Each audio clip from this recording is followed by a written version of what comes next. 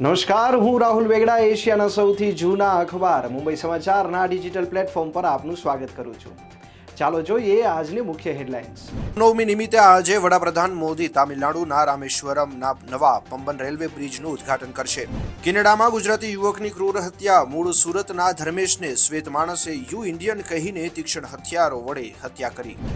અનંત અંબાણીની પદયાત્રા આજે સંપન્ન. આજે અનંત અંબાણીનો 30મો જન્મદિવસ. છેલ્લા દિવસે દ્વારકા મંદિરે અનંત સાથે માતા નીતા અને તેમની પત્ની રાધિકા પણ જોડાયા. ભુવનેશ્વરમાં 70 બાંગ્લાદેશીઓને લઈ જતી બસ પલટી ગઈ. એકનું મોત, અનેક ઘાયલ.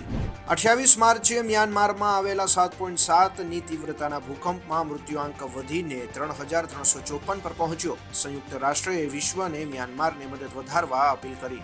આજે ભારતીય જનતા પાર્ટીનો 46મો સ્થાપના દિવસ. કેન્દ્રીય જળશક્તિ મંત્રી અને પ્રદેશ અધ્યક્ષ CR પાટીલે સુરત સ્થિત નિવાસસ્થાને ભાજપનો ધ્વજ લહેરાવ્યો.